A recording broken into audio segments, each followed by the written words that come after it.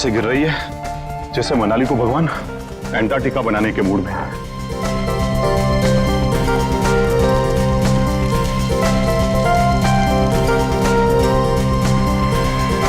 गुमनाम है कोई, घर में तो कोई नहीं है, फिर ये म्यूजिक किसने चलाया?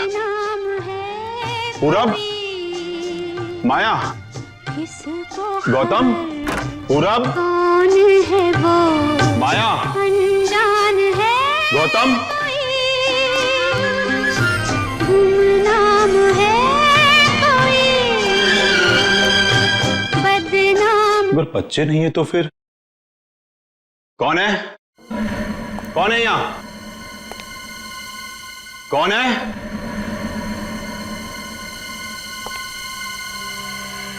कौन है?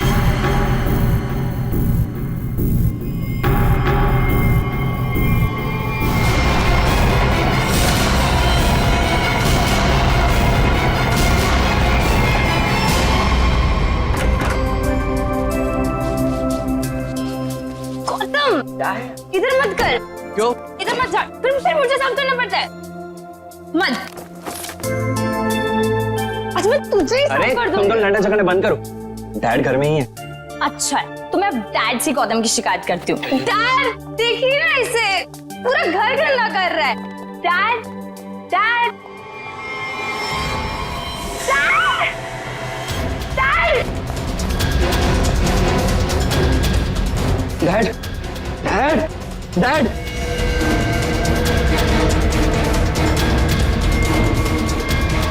Dad is no more.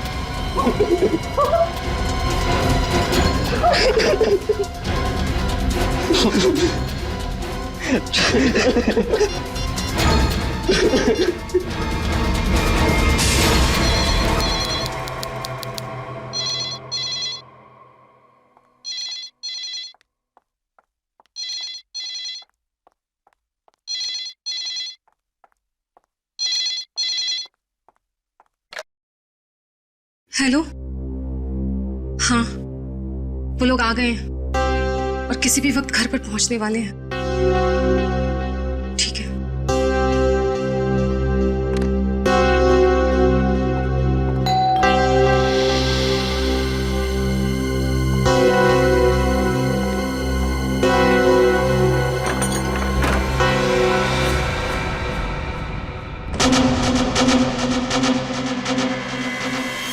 Oh my God! क्या हुआ किलोरी? आ गए वो लोग? वो लोग तो नहीं आए, लेकिन ये ताबूत कोई छोड़कर गया है और कोई यहाँ दिख भी नहीं रहा। ये जगन का ताबूत होगा, लेकिन ये तो बच्चे लेकर आने वाले थे। हाँ, पर बच्चे तो यहाँ नहीं है। जब मैंने दरवाजा खोला तो बस ये ताबूत यहाँ रखा था। तुम एक काम करो, पूरब को फोन करो, पूछो कहाँ है वो लोग। हाँ।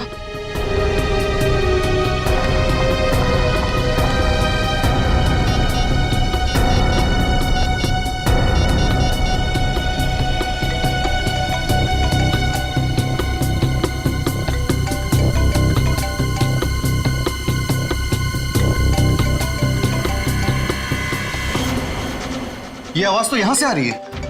कॉफिन के अंदर से आवाज आ रही है।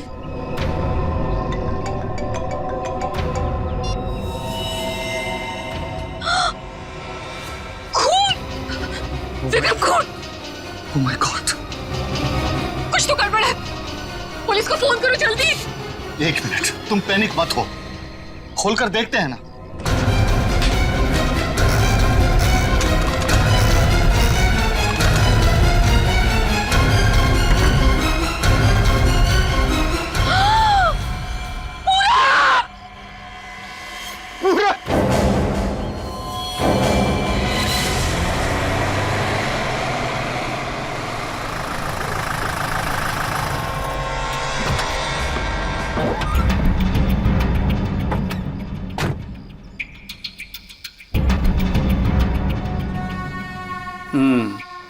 काम हो गया।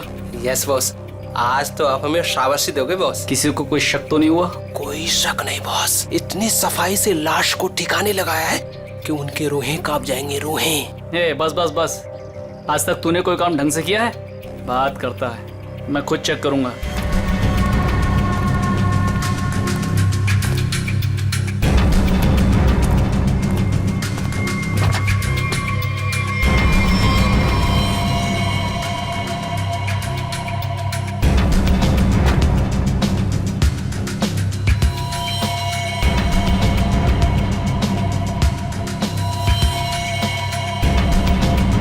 अबे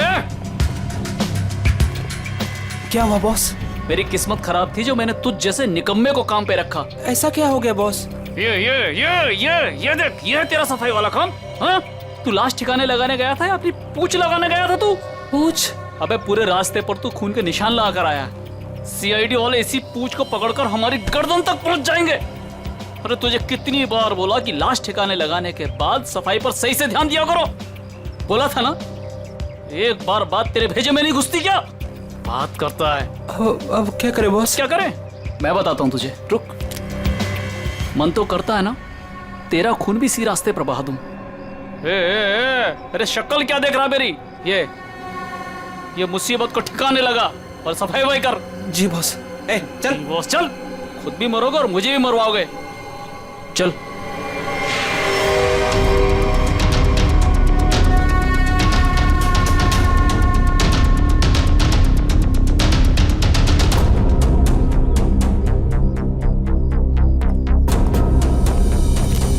क्या संबंध क्या है आपका लाश के साथ? जी वो मेरा बड़ा बेटा था, अपने पापा की लाश लेकर आने वाला था और खुद ही। क्या इसका क्या मतलब क्या है?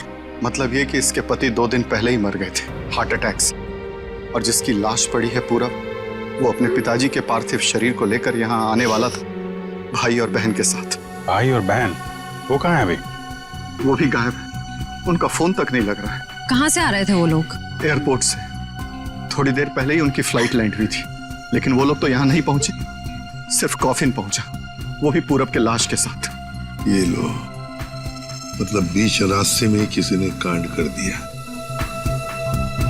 वैसे आपका क्या संबंध है जगन के साथ? कोई रिश्ता नहीं। मतलब? ये मेरे पति है। अच्छा अच्छा, मतलब दूसरी शादी है ये?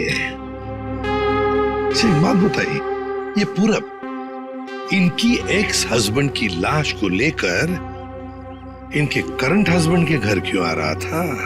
है? ये मेरा घर नहीं है, ये किलोरी का घर है। मतलब आप घर जमाई हैं? जी। खैर ये तो आपका निजी मामला है। आप ये बताइए कि ये लोग कहाँ से आ रहे थे और एयरपोर्ट पे इन्हें कौन रिसीव करने वाला था? जगन हमारे 3 बच्चों के साथ मनाली में रहते थे। 2 दिन पहले पूरब का फोन आया कि हार्ट अटैक से उनकी मृत्यु हो गई है। मैंने पूरब को बोला कि उनके अंतिम संस्कार के लिए वो उन्हें यहाँ ले आए। एयरपोर्ट पे वो जैसे ही उतरे, वहां से उन्होंने एक प्राइवेट टैक्सी ली यहाँ आने के लिए, और उसके बाद। प्लीज आप मेरे दोनों बच्चों को ढूंढ निकालिए। माया और गौतम कहाँ है, कुछ पता नहीं चल रहा। ठीक है, आप चिंता मत करिए, हम उन्हें जल्दी ढूंढ निकालेंगे।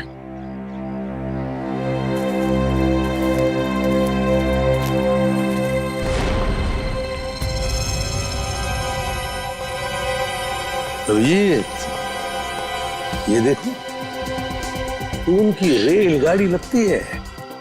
Yes sir. निखिल सर देखो, ये रेलगाड़ी कौन से स्टेशन से होके आई है?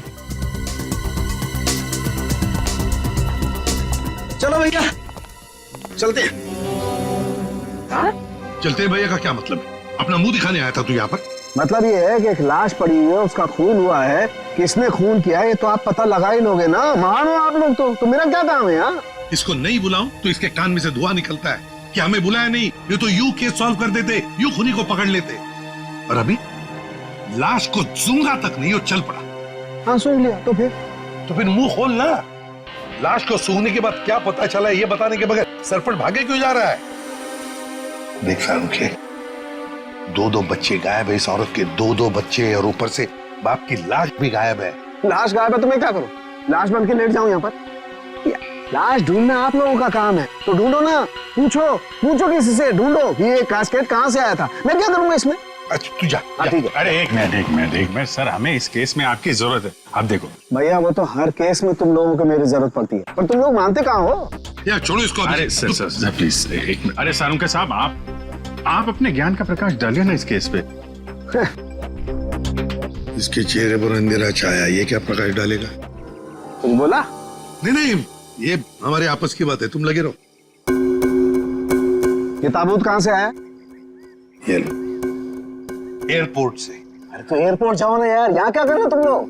तो जाएंगे ना साळुंखे जी, पर आप क्यों मैदान छोड़ के भाग रहे हो? भाभी,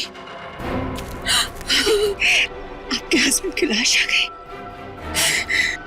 नहीं, मेरे बेटे की लाश आई है। क्या कह रही हैं आप? इतना सारा खून क्यों बह रहा है? मुझे कौन हो सकता है खून से? शांति प्लीज। ना खून इसलिए बह रहा है क्योंकि इनका खून हो गया है।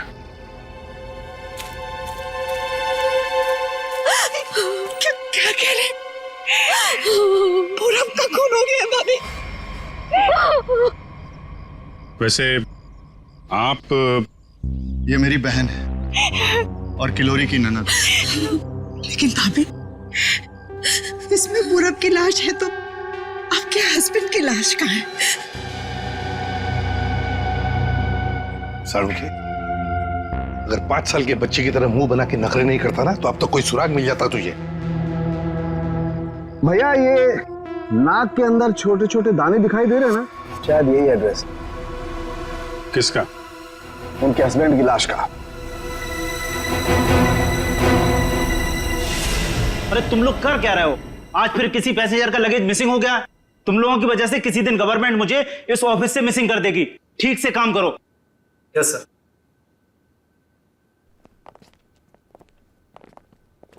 सर, आप लोगों का भी कुछ मिसिंग हुआ है क्या? हम लोग सीआईडी से। हम यहाँ पर किसी पैसेंजर्स के बारे में पूछताछ करने आए हैं। आज सुबह कनेक्ट एयरवेज से 3 लोग एक कॉफिन लेकर मनाली से मुंबई आए थे। और वो 3 पैसेंजर्स ये लोग हैं। ये देखिए, ये पूरब, गौतम और ये माया। ये तीनों अपने पिता की लाश को कॉफिन में डालकर यहाँ लाए थे। जी हाँ सर, लाए तो थे। उस कॉफिन में इनके पिताजी की लाश थी, जो इनके घर तक कभी पहुंची ही नहीं, बल्कि उस कॉफिन में पूरब कुमार की लाश पाई गई थी। ये कैसे हो गई? वही पता लगाना है। उसके साथ साथ गौतम और माया, ये 2 बच्चे भी गायब हैं। सर, मुझे तो लगता है वो लाश कहीं। एक बात बताइए, क्या इन तीनों को कॉफिन के साथ कोई रिसीव करने के लिए आया था? नहीं सर। अच्छा, एक काम कीजिए, आपके स्टाफ ने तो मदद की होगी ना कॉफिन को उनके गाड़ी तक पहुंचाने के लिए। जी सर। जरा उनको बुलाइए। जी सर, मैं बुलाता हूँ। हाँ। चंदन और बिहान को जल्दी अंदर भेजो।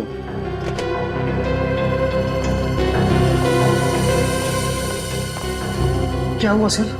आज सुबह कनेक्ट एयरवेज से कॉफिन आया था। हाँ साहब। उसके बारे में सीआईडी वाले आपसे कुछ पूछना चाहते हैं। सीआईडी साहब, हमने कोई गड़बड़ नहीं किया साहब। हम तो बस काम कर रहे थे साहब। हमने तो बस उस कॉफिन को उस गाड़ी में चढ़ाया था साहब। एक मिनट, तुमने कोई गड़बड़ नहीं की है। सिर्फ इतना बताओ कि जब तुम ये कॉफिन यहाँ से उनके गाड़ी तक ले जा रहे थे, तो उस दौरान उसके बीच में कभी कोई मिलने आया था या कोई ऐसे कुछ भी हुआ था क्या? हाँ साहब, हम उन तीनों को लेकर जब यहाँ से बाहर निकले, उनके साथ जो लड़की थी ना, उसको एक फोन आया सर। पता नहीं क्या बात हुई, फिर वो अचानक से कहने लगी, पार्किंग में एक नीली वैन खड़ी है, ये कॉफिन वहां ले चलो। अच्छा, वैन के ड्राइवर को देखा तुमने? नहीं साहब, वैन के ड्राइवर को तो नहीं देखा, लेकिन साहब वैन का नंबर मुझे याद है। गुड, तो नंबर दो। XY 026813। सचिन, पता लगाओ इस नीले रंग के वैन का। पूरब, गौतम और माया, 3 बच्चे अपने पिता जगन की लाश को लेकर मनाली से मुंबई आते हैं। लाश को कॉफिन में लाते हैं बाय एयर। मुंबई पहुंचने के बाद वो अपनी मां को फोन करके बताते हैं कि वो मुंबई पहुंच गए और साथ साथ वो कॉफिन भी। मगर जब ये कॉफिन उनकी मां किलोरी के घर पहुंचता है, तो कॉफिन में से निकलती है बड़े बेटे पूरब की लाश। जगन की लाश गायब है और उसके साथ साथ गौतम और माया दोनों बच्चे भी गायब हैं। तीनों के तीनों गायब। सर, हो सकता है कि जिस वैन में वो लोग लाश लेकर जा रहे थे वो वैन कहीं रुक गई हो और शायद वहीं पे कुछ हुआ हो। बस तो इसीलिए तो उस ड्राइवर की जरूरत है हमें। वो ड्राइवर कौन था, उस गाड़ी के बारे में डिटेल सब कुछ चाहिए हमें। सर वैन के रजिस्ट्रेशन नंबर से मैंने मालिक का पता लगाया। फिर मालिक का कहना है कि वैन तो कुछ महीने पहले ही चोरी हो गई थी। ये लो। सर, इसका मतलब अब गौतम और माया की जान को खतरा है। बड़ी बारीकी से प्लानिंग की है, खतरनाक प्लानिंग की है। देखते। ओए, अंकित, कुछ मिला? हाँ बस, ये देखो, ये मिट्टी कॉफिन के नीचे लगी हुई। इस मिट्टी में इस कॉफिन का पता। मिट्टी में पता? हमें तो नहीं दिखा। उसके लिए सालूखे की नजर चाहिए। सरुंखे, कॉफिन का पता तो हम लगा ही लेंगे, पर पूरब की लाश इस कॉफिन में आई कहां से? ये पूरब की नाक बताएगी बॉस।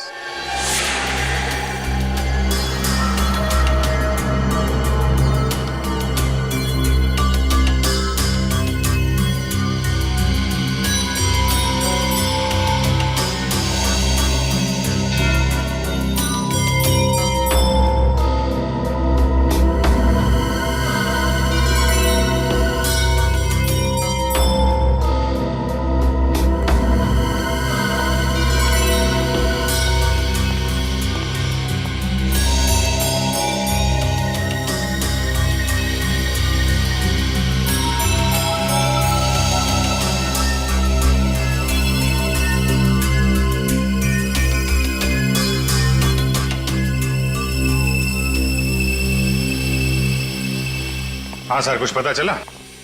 भाई अभी तक तो शक पर ही काम कर रहा है। शक दूर नहीं हुआ? हो गया, शक दूर हो गया। मुझे इसकी नाक में से पोलन्स मिले, पराग कण। सालूखे साहब, वो कैसे पता चला? फॉरेंसिक पोलिनोलॉजी से। सालूखे साहब, ये क्या है? रेडी, ये फॉरेंसिक साइंस की एक अलग टेक्निक है। सर इसमें क्या होता है? निखिल, इस टेक्नोलॉजी से हम बहुत छोटे पार्टिकल्स लाइक माइक्रो पार्टिकल्स को स्टडी करते हैं, जो कि फूल, पौधे, कपड़े, मिट्टी, ऐसे कई सारी चीजों में पाए जाते हैं। वाह, क्या बात है तारिका जी, क्या नाम? लेकिन इसे बड़े ध्यान से देखना पड़ता है, क्योंकि कई बार क्या होता है कि आवारा भंवरे एक फूल पर बैठ करके उसके सारे पोलन्स, उसके सारे पराग कण चुरा करके भाग जाता है और पूरे के पूरे माहौल को गंदा कर देता है। साहब, पॉलिन जो है हवा और पानी से भी फैलते हैं। इसमें बेचारे खाली भंवरे को ही क्यों दोष दे रहे हैं आप? सही करो, बेकार में खाली भंवरे को दोष क्यों दें? तो होता यह है कि जब हम बाहर से आते हैं तो हमारे पूरे शरीर पर, आंख, नाक, कान, गले, सब पर पोलन्स लगे होते हैं, और इन पोलन्स की जांच करके हम ये पता लगा सकते हैं कि ये खास व्यक्ति किस जगह से आया है। ये तो है। मैं बताता हूं, ये देखो, यहां पर मैंने इससे पोलन्स ले लिए जो उसकी नाक में थे, और इन पोलन्स पे 2 ड्रॉप मिथाइलमाइन की डालते हैं और इसे हम कर देते हैं सिक्योर। अब इसे चेक करके हम ये पता लगा सकते हैं कि ये पोलन्स कैसे हैं, कहां से आए। ये देखो सर, ये तो नारंगी कलर में उभर के आ रहा है। और अब इस आकार को हम हमारे डाटा के सैंपल से मैच करके देखेंगे, ताकि पता लग सके कि ये पोलन किस टाइप का है। करके जरा मैच। हाँ।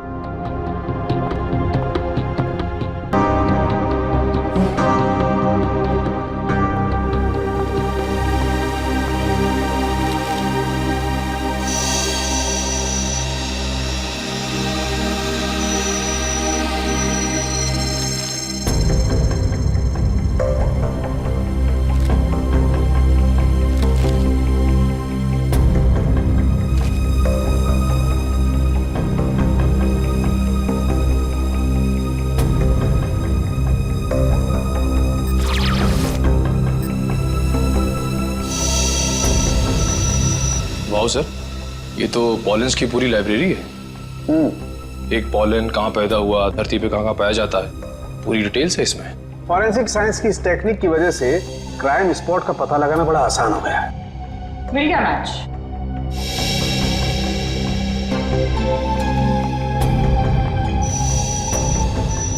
ये मैरीगोल्ड है जिसका हाइब्रिड नाम मरियासा गोल्ड 63 है। ये वैरायटी पूरे साल पैदा होती है और धानीखेत में पाई जाती है। धानीखेत? चलो कम से कम ये तो पता चल गया कि खून कहाँ हुआ है। सर यही है धानीखेत सर। फिर वैन यहीं पर लाया गया था। ये कार मार्क्स तो हैं सर यहाँ पे।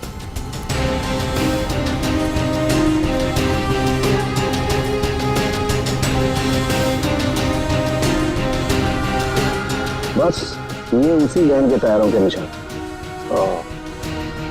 ये तो जगन की लाश खूनी ने यहीं कहीं फेंकी होगी। पर सर इतने बड़े खेत में हम उसकी लाश ढूंढेंगे कैसे? मैं बताता हूँ बस। तो कब बताएगा? क्या मुहूर्त निकलवाना पड़ेगा? नहीं बता रहा हूँ मैं यार, उखड़ते क्यों? 1 मिनट रुको।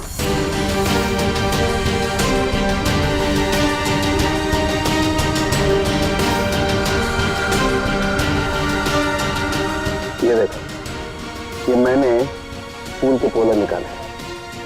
अभी मैं जिस दिशा में उड़ाऊंगा और ये उड़ करके जहां जाएंगे समझ लो फूल भी उसी दिशा में उड़ा है। लेकिन सर यहाँ तो हवा ना के बराबर है, ये कैसे पता चलेगा कि हवा किस डायरेक्शन में है? ये मुर्गा बताएगा। मुर्गा? हाँ निखिल, मुर्गा।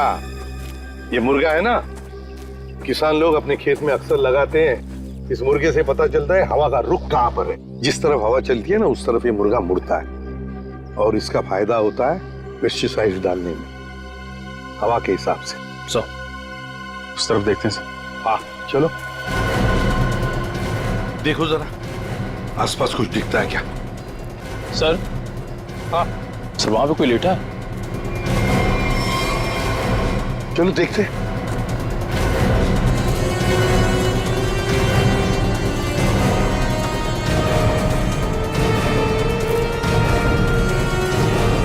हेलो? ओ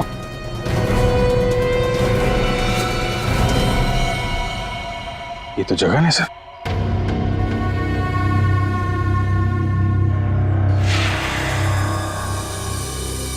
देखिए जगन की लाश हमें गेंदे के खेत में से मिली।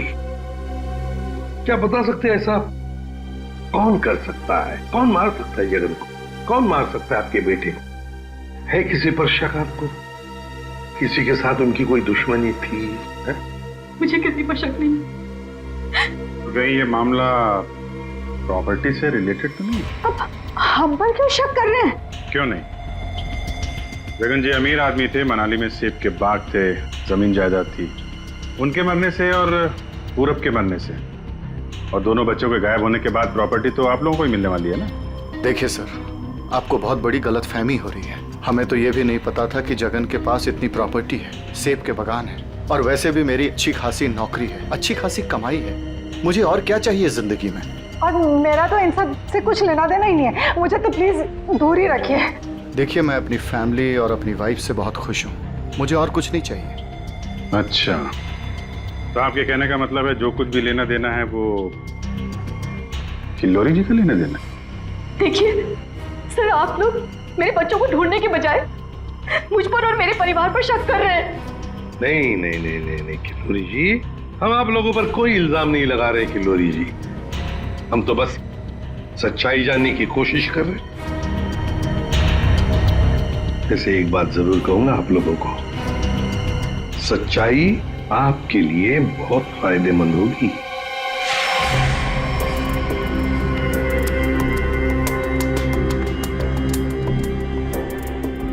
तारिका, इस ताबूत के ये निचले हिस्से में जिस तरीके के निशान लगे हुए हैं ना, उससे तो लगता है इस ताबूत को काफी दूर तक घसीटा गया है। तुम एक काम करो, जो ताबूत पर जगह जगह मिट्टी लगी हुई है, इस मिट्टी का सैंपल ले लो। ये मिट्टी बताएगी कि ताबूत कहाँ से आया है। मगर सर खून कहाँ हुआ है वो तो हमें पता चल गया है ना। हाँ तारिका, ये पता लग गया है, लेकिन वो वैन, उस वैन के बारे में कुछ पता नहीं लगा है। जिस वैन में ये खून हुआ है, जिस वैन में से एक लाश गायब हो गई, उसके बारे में कुछ नहीं पता है। एक काम करो, इस मिट्टी का सैंपल ले लो, फिर इस मिट्टी को हम बॉम्बे के सॉइल मैप से मैच करके देखेंगे। लेकिन सर मुंबई के सॉइल मैप की कौन सी मिट्टी का फैलाव कहाँ तक है ये हमें कैसे पता चलेगा? यू ट्रस्ट मी ना? कॉज तो फिर सैंपल ले लो, पता लगेगा, बिलीव मी।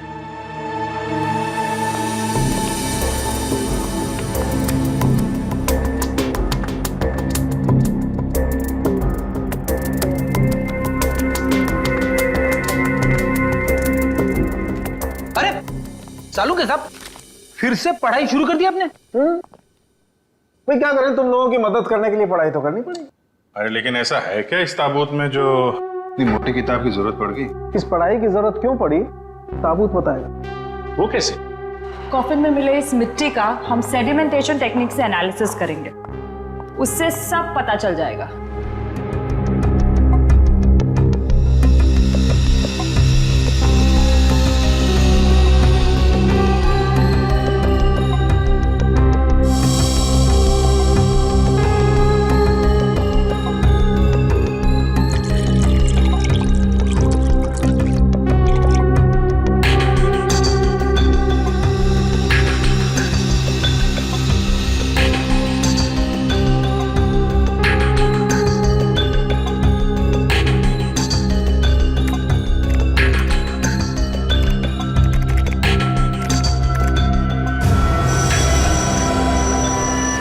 ये देखिए,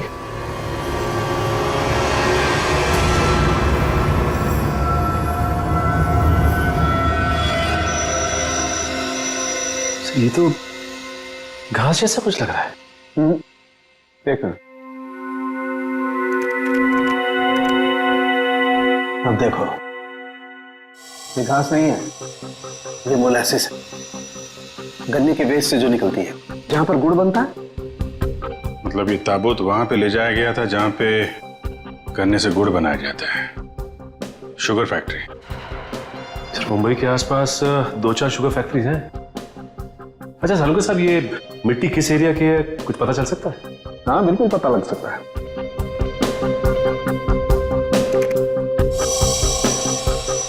इस मिट्टी में 40% सैंड है।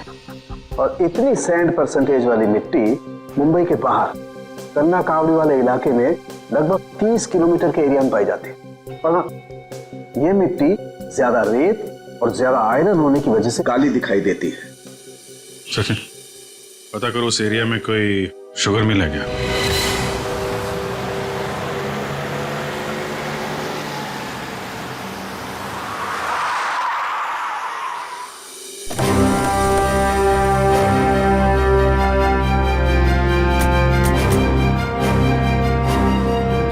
चंगनलाल शुगर मिल। यहाँ तो लोग आ जा रहे हैं, चहल पहल है। यहाँ पे खून ही खून करके कैसे निकल गया? और तो लाशों की अदला बदली भी की है।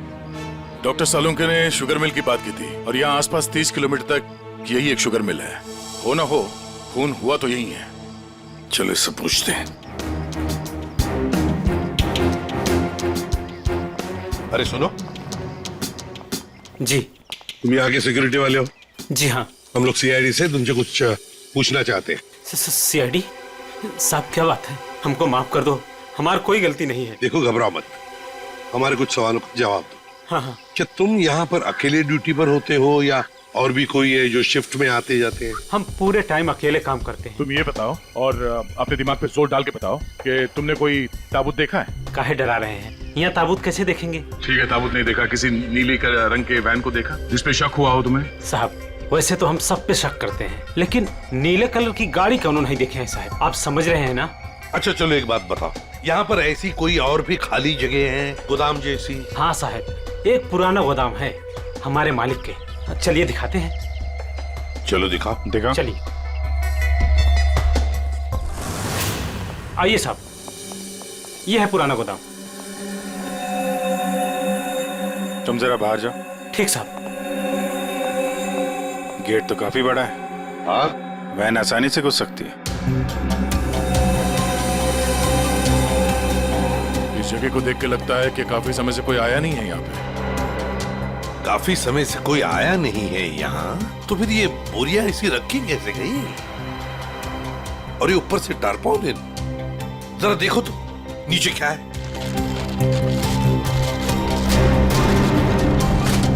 ये देखा?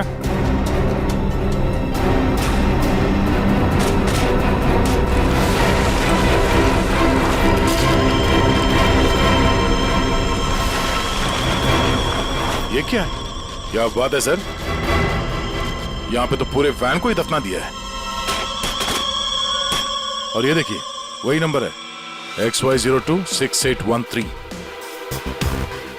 चेक करो देखो।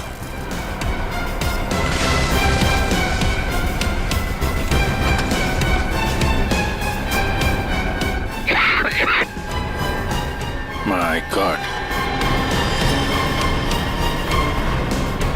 इतना सारा खून। लगता है 24 घंटे से ज्यादा पुराना है। अभिजीत, लाश इसी वैन में से ले जाई गई है। काम करते हैं, पूरी की पूरी वैन को फॉरेंसिक लैब भेजते हैं।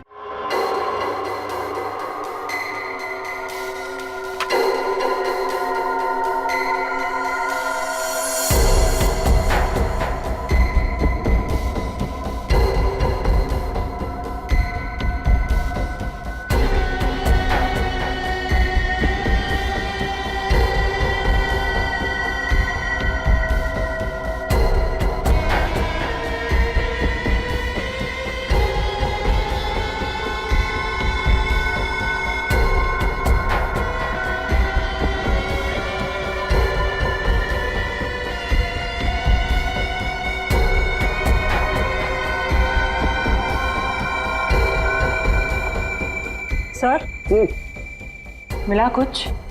हाँ तारिका, मिला तो है बहुत कुछ, लेकिन जो कुछ मिला है उससे हम खूनी को सजा तो दिलवा सकते हैं, लेकिन बच्चों तक नहीं पहुंच सकते। सर टाइम बहुत कम है हमारे पास, कहीं बच्चों को नहीं तारिका, बच्चों को कुछ नहीं होने दूंगा, लेकिन सबसे पहले हमें ये पता लगाना पड़ेगा कि गैराज में डंप होने से पहले ये वैन आखिरी बार कहाँ होकर के आई। तो ये कैसे पता लगाएंगे हम? हमने पूरी वैन छान मारी है। तुमने वो कहावत सुनी है, किसी जेंटलमैन को देखना हो तो सबसे पहले उसके जूतों की तरफ देखो। हम भी इस गाड़ी के जूतों की तरफ देखें। मतलब साफ है तारिका, सिंपल।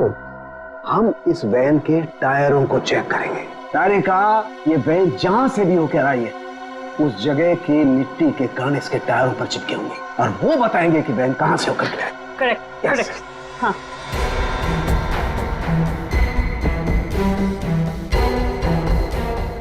जरा एक कोर्से पर पेट्रोल भिजलाओ। हाँ सर, अभी देते हैं।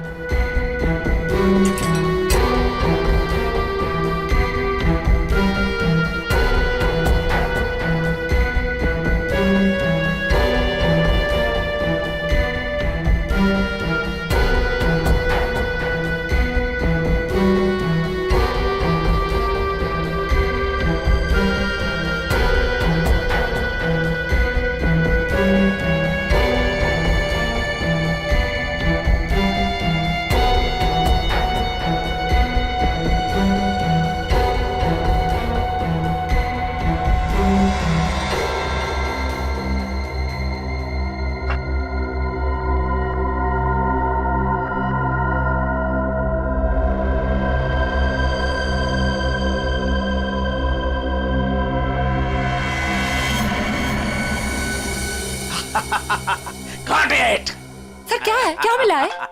सर बताओ ना क्या मिला है। हेलो। हाँ तारिका जी। हाँ अभिजीत, उस वैन में से कुछ एविडेंस मिला? हाँ मिला तो है, लेकिन मुझे नहीं पता क्या मिला है। सर बता ही नहीं रहे। अरे क्यों? डॉक्टर साहब हैं कहाँ? यहीं पे हैं, कूद रहे हैं, गॉट इट कर रहे हैं। अरे उन्हें ऐसा क्या मिल गया कि जो बरसात के मेढक की तरह कूद रहे हैं? पता नहीं, मुझे कुछ नहीं बता रहे, तुम ही बात कर दो। सर। हाँ अभिजीत। ओ अभिजीत, आज भाई साहब। भैया वो मैसेंजर हमें मिल गया है जो हमें गौतम और माया का पता बताएगा।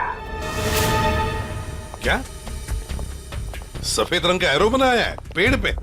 अच्छा ठीक है, ढूंढेंगे। और वैसे वहां पोजीशन क्या है? यहाँ की सिचुएशन तो कंट्रोल में है, लेकिन हमारे सामने जो नजारा है उसे देखकर तो हमारे होश ही उड़ गए हैं सर। कोई बात नहीं, हम लोग पहुंच जाएंगे जल्दी।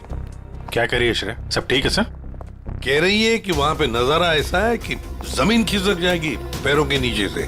सर हमें जल्द से जल्द वहाँ पहुँचना होगा, पर लोग बहुत कम है, कहीं हाथ से निकल ना जाए। आप लोग कोई बताएंगे क्या हो रहा है? कैसे है मेरे बच्चे? ठीक तो है? प्लीज कुछ बताइए। मैम जरा धीरज रखिए, सब कुछ पता चल जाएगा। कुछ बताया होगा ना फोन पे उसने। आखिर हमारे बच्चे मिले कि नहीं मिले, कुछ तो मालूम होगा ना। देखिए अभी कहने सुनने से कुछ नहीं होगा, जो भी है वहाँ पे चलने के बाद ही पता चलेगा। अरे पता तो तब चलेगा जब वहाँ पहुँचेंगे। अगर भालू शेर चीतों को पता चल गया ना कि हम लोग यहाँ हैं, तो दुनिया में किसी को हमारा पता नहीं चलेगा।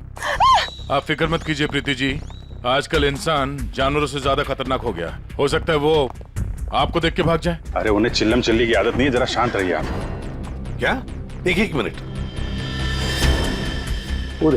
श्रेया, वो सफेद निशान वाला पेड़ मिल गया। सर उस पेड़ से राइट लेकर 200 मीटर स्ट्रेट आ जाइए। 200 मीटर राइट में। चलिए जल्दी चलिए।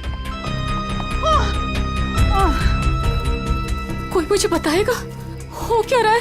मेरे दिल बैठा जा रहा है, कहीं मेरे गौतम और माया को कुछ हो तो नहीं गया? बस और नहीं चला जाता, अब नहीं चल पाऊंगी।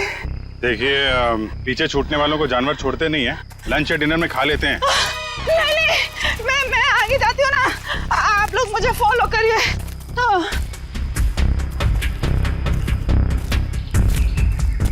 संभाल के, संभाल के। आश्रय सर वो देखिए सर।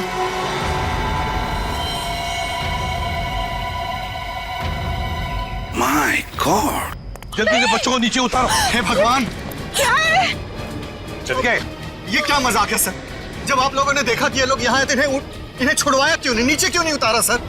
बचा लो मेरे बच्चों को। श्रेया संभाल। माया घबराओ मत।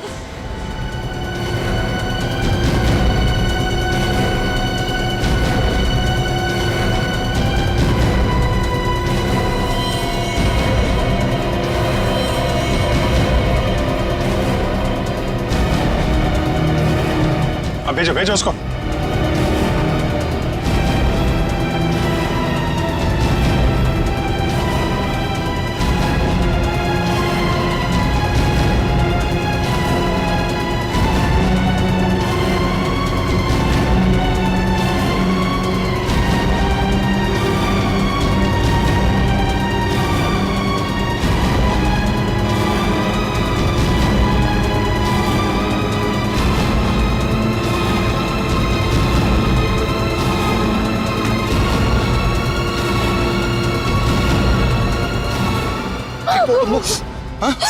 तुम लोग ठीक हो ना? बंद कीजिए अपना नाटक, हमारी इस हालत के जिम्मेदार आप ही हैं। बच्चे कहते हैं ना हमें, तो क्यों डाला अपने बच्चों को मौत के मुंह में? तो अच्छा हुआ सीआईडी टाइम पे आ गई, वरना आपने भैया की तरह हमें भी मार दिया होता। क्यों खिलोरी जी, ये बात क्या है? बच्चे आप ही पर इल्जाम लगा रहे? मुझे भी कुछ समझ में नहीं आ रहा है। मैं तो इन लोगों से इतना प्यार करती हूँ, मैं क्यों मारूंगी इन लोगों को? बात तो सही है, सवाल जायज है। एक माँ अपने ही बच्चों के साथ ऐसे कैसे कर सकती है? देखिए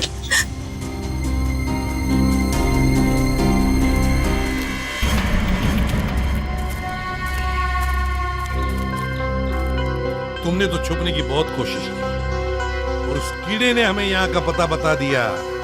ये लोग कौन है सर? अरे मैडम कुछ पूछ रही, बताओ या और खातिरदारी करें? हमने और खातिरदारी की जरूरत नहीं है। देखिए साहब, पहले मुझे इमरजेंसी वार्ड में भर्ती करा दीजिए। हड्डियों से बड़ी अजीब अजीब आवाजें आ रही है साहब। तो मुझे दिन में ही चांद तारे नजर आ रहे हैं सर। ऐसा लगता है जैसे मैं अंतरिक्ष में। मुंह खोलो अपना जल्दी। फंसा दिया तुमने हमें। मैंने फंसाया? मैं तो इन लोगों को जानती तक नहीं हूँ। आप नहीं, वो भाई साहब। दिमाग तो नहीं खराब हो गया तुम लोगों का? क्या बोल रहे हो तुम? हैं? मैं वाकई आप मल्टी टैलेंटेड हैं। Husband come kidnapper come murder, all in one. क्या बात है विक्रम, तुम? भैया क्यों किया तुमने ये सब? और क्या करता? इसके तीनों बच्चे मेरे छाती पे सांप की तरह लौट रहे थे। विक्रम, तुमने बोला था कि तुम हमारे बच्चों को मुझसे भी ज्यादा प्यार करोगे, और तुमने मेरे एक बेटे को मार दिया और बाकी दो को मारने की साजिश की। जिस मकसद के लिए मैंने तुम्हें फंसाया उस पर तुमने पानी फेर दिया। तुम्हें फंसाने का मेरा सिर्फ एक ही मकसद था, तुम्हारी प्रॉपर्टी, तुम्हारा पैसा। लेकिन तुमने अपनी सारी प्रॉपर्टी अपने बच्चों के नाम कर दी। क्या करता मैं? और तो और तुम अपने पुराने पति से भी मिलने जाती थी। तुमने कभी सोचा कि मेरे अंदर क्या होता था? मैंने एक दिन डिसाइड कर लिया, तुम्हारी पुरानी फैमिली को ही तुम्हारे रास्ते से हटा दूंगा। और इसीलिए सबसे पहले तुमने जगन को रास्ते से हटाया, क्यों? हाँ, इसलिए मैंने अपने रास्ते से सबसे पहले अपने पहले कांटे को हटाया, जगन को। अपनी पत्नी को झूठ बोला कि मैं बॉम्बे से बाहर जा रहा हूं, और एक दिन